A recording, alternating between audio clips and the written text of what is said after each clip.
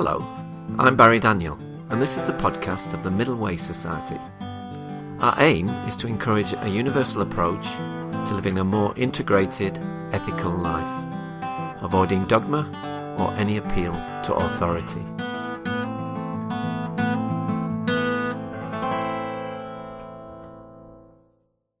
My guest today is Viryanaya, who's going to talk to us today about teaching critical thinking as a part of spiritual practice.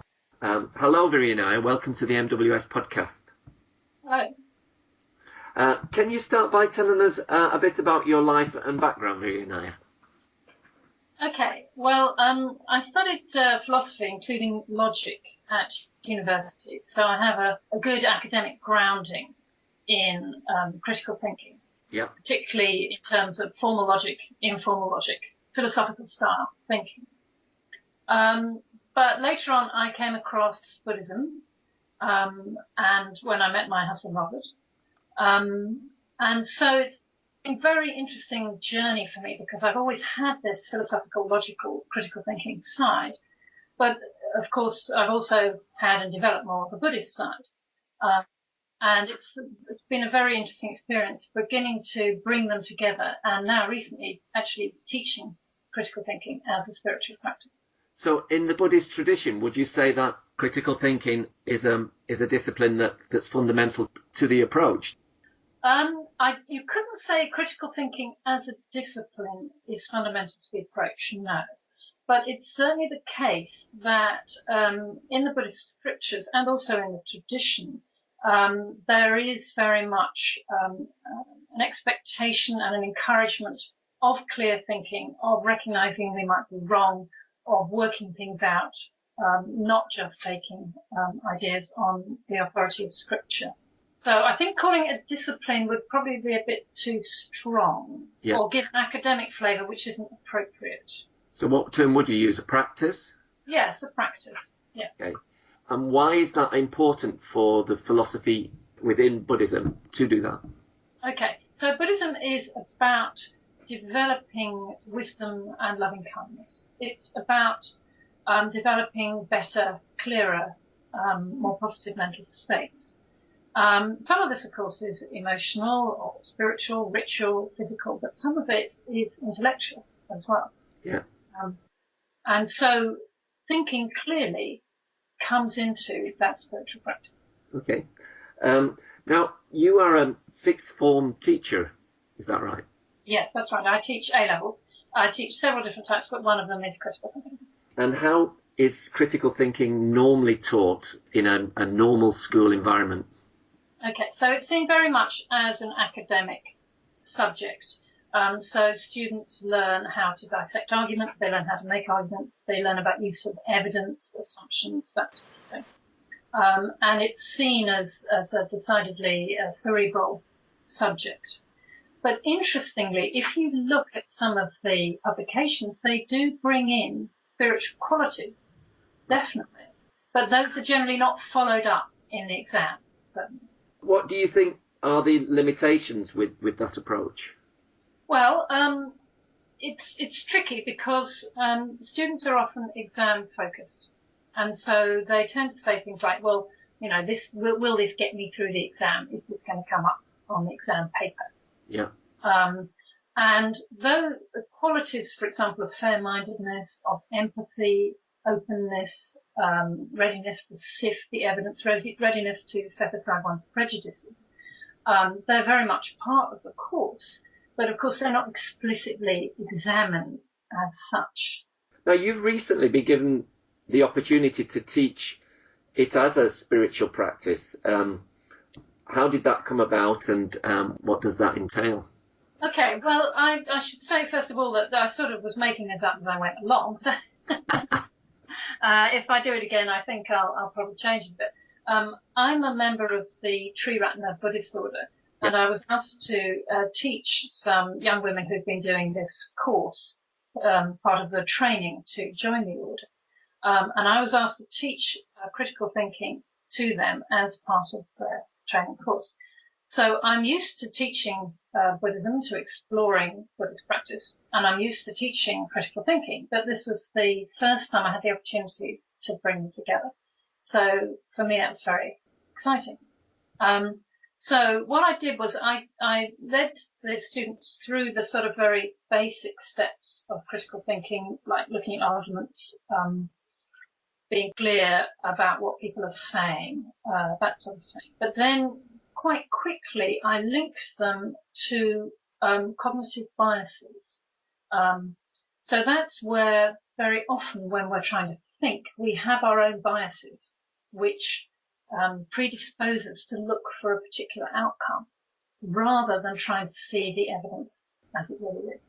Yeah. And this links in very well with the idea in Buddhism of you're developing clear mental states. Okay. So one of the functions of Buddhism is to develop clear and positive mental states. Okay. Well, just to clarify terms, what do you mean by spiritual practice? Okay, well, it's a tricky phrase, isn't it? I mean, people have lots of different interpretations of it. I guess my interpretation is a practice, which could be intellectual practice, an emotional practice, a physical practice, any sort of practice, which helps to develop greater levels of integration, of positivity, of clarity.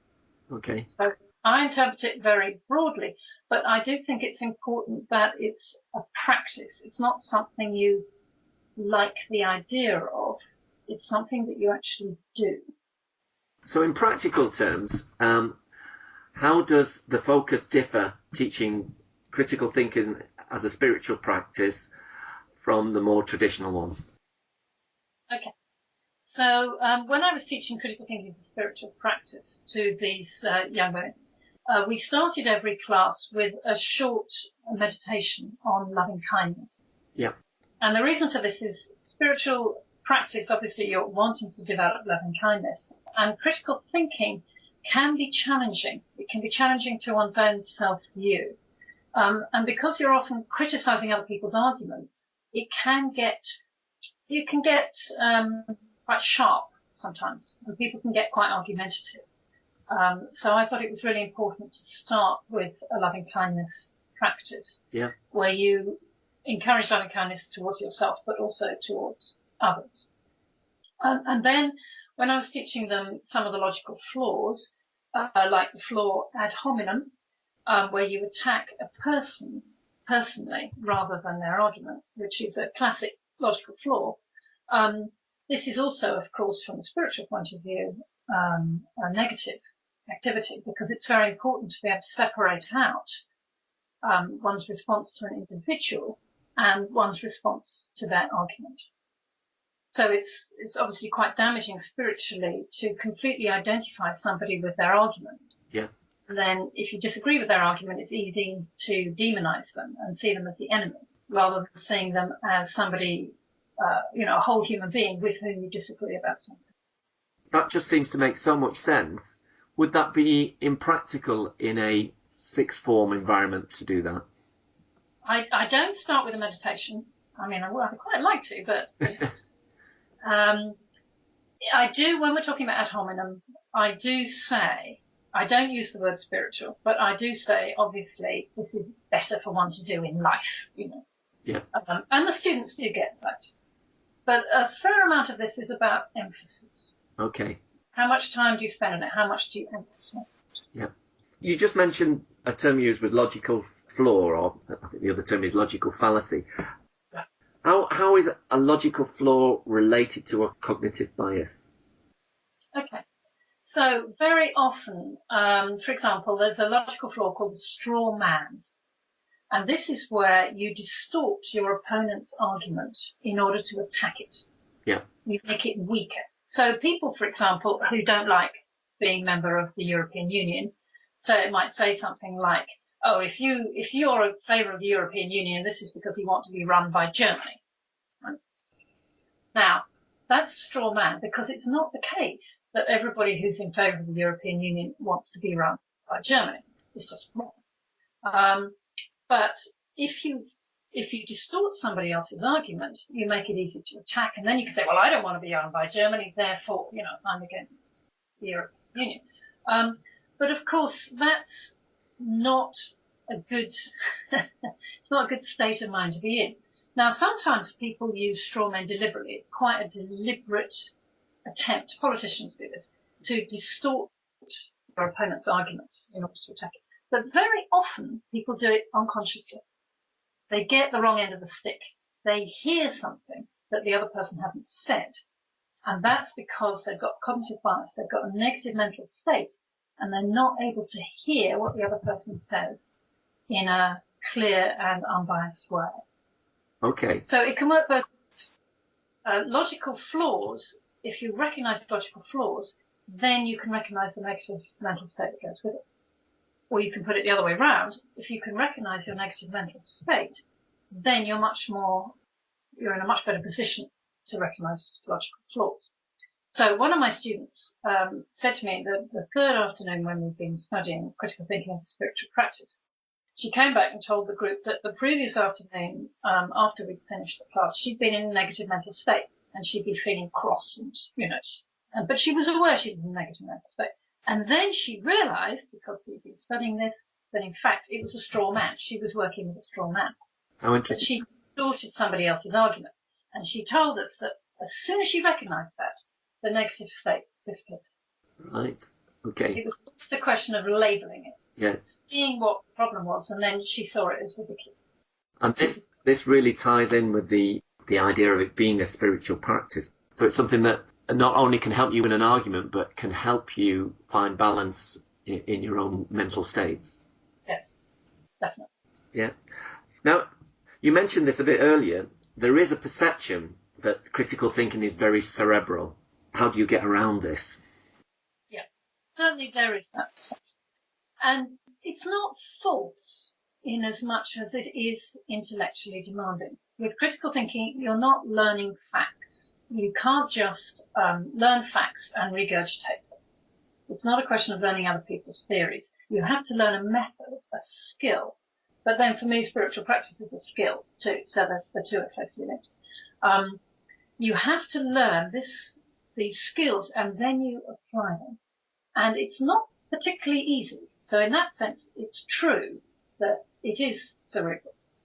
I think the misapprehension is that it's just cerebral or it's just intellectual. When you teach it correctly, when you approach it correctly, it's very rich. Yeah. So it's cerebral and emotional and indeed can lead to spiritual benefits. But there isn't an easy way in some respects. You have to put a bit of effort in. There's just no way around that one. That's certainly true. I interviewed someone called Peter Worley recently from the Philosophy Foundation, and they're teaching philosophy, but as you know, critical thinking is a fundamental part of philosophy, and they're teaching it to children from an early age. And so he suggests that they are building the skills of argumentation and looking out for these logical flaws from an early age, that it becomes quite natural. Do you think if you did that, then you would lose that stigma of it being cerebral, and that, rather than it being something you just do at sixth form and you have to jump through a lot of hoops in that sense? Definitely. Absolutely, definitely. I think everybody should learn it from primary school. Now, with my own daughter, I haven't taught her formally, but she has learnt critical thinking as she's gone along. And for her, it's just been part of her general education. And I'm very much in favour of doing it at primary school. The main difficulty would be either you'd have to get specialists coming to visit primary school, or you'd have to retrain the entire primary school teaching cohort, which would be quite demanding. What's the reaction been from the group that you've been teaching? Oh, it's been very positive. Their main feedback was that we didn't have long enough on it, which was true. And also they wanted to see perhaps more precise links between between critical thinking and Buddhist teaching, which for that group would be fair enough. But you could teach it as a spiritual practice to people who weren't Buddhist. Yeah. And so that would be fine. You just need slightly different labelling. There'd be certain things to emphasise rather than other things. But it's absolutely the case that you can use critical thinking as a spiritual practice without being Buddhist. No question. Okay, well, that seems to be happening now, doesn't it, in schools? It does. Yeah. Another perception that that seems to be around with it, that it's a male subject. To what degree would you agree with that? Okay, I think that's true to some extent, but I mean, I actually have more girls than boys. But when I used to do critical thinking to A2 instead of just AS, I used to get more boys in the second year. I think there is a bit of perception. There is this view that logic, formal reasoning is more male, and empathy and sort of touchy-feely stuff is more female. Yeah. There may be some truth in that. I don't want to completely dismiss that. But what definitely isn't true, is that women can't learn critical thinking because they really, really can, or that men can't learn empathy because they really, really can. Yeah. But also, there's this view, and I've met this as well among Buddhists, which I think is unfortunate, that if you approach things logically, and if you have that as one of your modes of thinking, that means you're less kind in some way, or you're less warm, or you're less empathetic. Now that is just completely false, because one's capacity for empathy, for understanding, for engaging with other people is enhanced by critical thinking, not diminished. So that is the main myth which I really, really want to scotch. Clear thinking, intellectual thinking, logical thinking is an enhancement to understanding, to awareness, to empathy, and to love. It is not in opposition. Not the other way around. Okay. What is your understanding of the middle way, Viryanaya? Okay. Well, obviously this is a rich term. So for me, the middle way is very much about being aware of where you are, being aware of where you're going, what you're aiming towards, but also holding them both simultaneously. So one of my practices is the practice of equanimity, equanimity. So this is where you're aware of joy, you're aware of sorrow, you feel it, but you're not overwhelmed by it. So for me, it's an important practice, but it's a difficult practice. So for me, it's very important to have that as an aim, but to be aware of where I am at the moment, what I can do, what I can't do, and keep that flexible feeling around where I am. So the middle way, I'm moving, I'm changing, but I'm aware of what my current capacity is. Okay. And how does what we've been talking about today relate to the middle way? Part of the middle way, of course, is getting greater clarity, greater awareness of where you are at the moment. Yeah? And critical thinking, of course, is a great help to clarity and awareness. And my motto when I'm teaching critical thinking, either to Buddhists or to A-level students, comes from Socrates, the Greek philosopher, who said, "When I find I've made a mistake, I'm happy, because that means I'm wiser today than I was yesterday." And I really love that quote, because you're saying, I'm not perfect, but if I find I've made a mistake, then I can learn from it. And that's very critical thinking, but it's also very middle way. Yeah. Okay. Well, thank you very much for that, Viryanaya. It's been really interesting. Thank you for your time. Great. Thank you.